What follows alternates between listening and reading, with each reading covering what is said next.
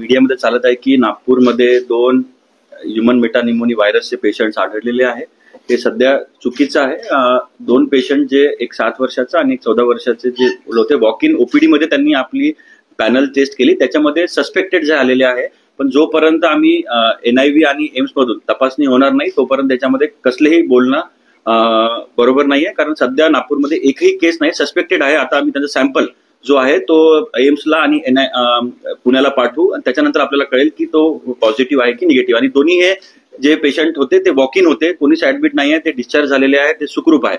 आणि हा जो आपण ऐकतो काल 2 दिवसापासून की जगभरात पूर्ण देशामध्ये की ह्युमन मेटानिमोनी व्हायरसचा संसर्ग होणार आहे, तो मोठ्या प्रमाणात वाढणार आहे, त्याकरिता गव्हर्नमेंटनी गाईडलाईन्स काढलेले आहे. हे मी तुम्हाला देतो. याच्यामध्ये फक्त या संदर्भात इंडिव्हिज्युअलनी काय करावं आणि काय नाही करावं हे सगळे गाईडलाईन्स त्याच्यामध्ये दिलेले आहे की तुम्ही मास्क वापरायला पाहिजे, तुम्ही शिंक आल्यावर हात धुवायला पाहिजे, हस्तांदोलन केल्यावर तुम्ही हात धुवायला पाहिजे आणि काय what to do and what not to do ते मी तुम्हाला देतो. आणि आज आम्ही ऑलरेडी सगळ्या हॉस्पिटल्समध्ये सगळ्या तुमच्या मीडियाच्या मार्फत, आमच्या सोशल मीडियाच्या मार्फत आणि आमच्या PSC सब सेंटर सगळ्यांच्या मार्फत आम्ही नागरिकांना ह्या गाईडलाईन्स आम्ही कळवणार आहे. सध्या घाबरण्याची कसलीही याच्यामध्ये नाही आहे. आम्ही वरिष्ठांच्या संपर्कामध्ये आहे आणि आपल्याला एक विनंती आहे की या अनुषंगाने नागपूरकरांमध्ये आणि जनतेमध्ये थोडंसं आपल्याला भीती पसरू द्यायची नाहीये. कसलीच घाबरण्याची गोष्ट नाहीये. मी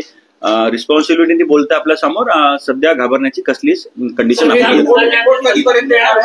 संचित रुग्ण आढळले, त्या रुग्णालयाने प्रशासनासोबत संपर्क साधला, माहिती दिली नाही. हे दोन जे आपण चालत आहे, 2 बच्चे होते, त्यांचं टेस्ट त्यांनी प्रिव्हेंटिव्ह टेस्ट आपण जे पॅनल चालवतो प्रायव्हेट हॉस्पिटल ते चालवले आहे. त्यांनी इमिजिएटली सस्पेक्ट आल्यावर त्यांनी गव्हर्नमेंटच्या अधिकाऱ्यांना, सिव्हिल सर्जन आहे, आमचे MOE त्यांना कळवलेलं आहे. मग त्यांचं सॅम्पल आम्ही आता आमच्या ICMR लॅबमध्ये एम्स आणि व्हायरोलॉजी पुणेला आम्ही पाठवू आणि त्याच्यानंतर आपण फर्दर ऍक्शन घेऊ.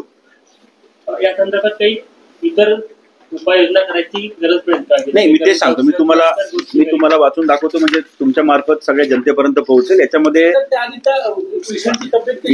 त्याच्यामध्ये म्हटलंय की आपल्याला खोकला किंवा शिंक आली तर तोंडावर मास्क ठेवा, ते आपण करायलाच पाहिजे.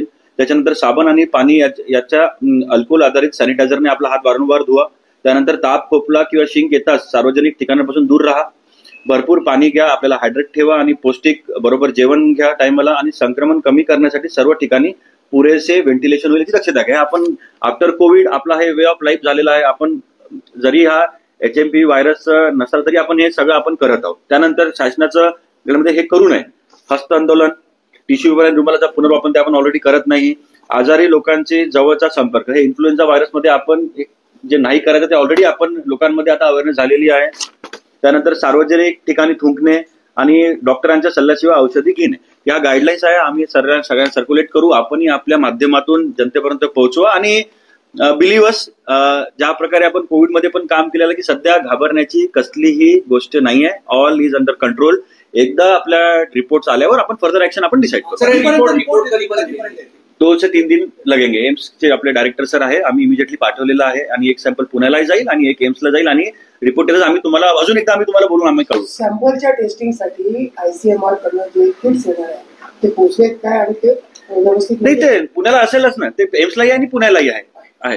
सरकारने जसं गाईडलाईन्स जारी केलेल्या आहेत तसंच काही लॅब्स रिकॉग्नाइज केलेल्या आहेत किंवा कोणत्या टेस्ट पर्टिक्युलर रिकॉग्नाइज केलेल्या आहेत का? तसे काही नॉर्म्स आलेले आहेत का?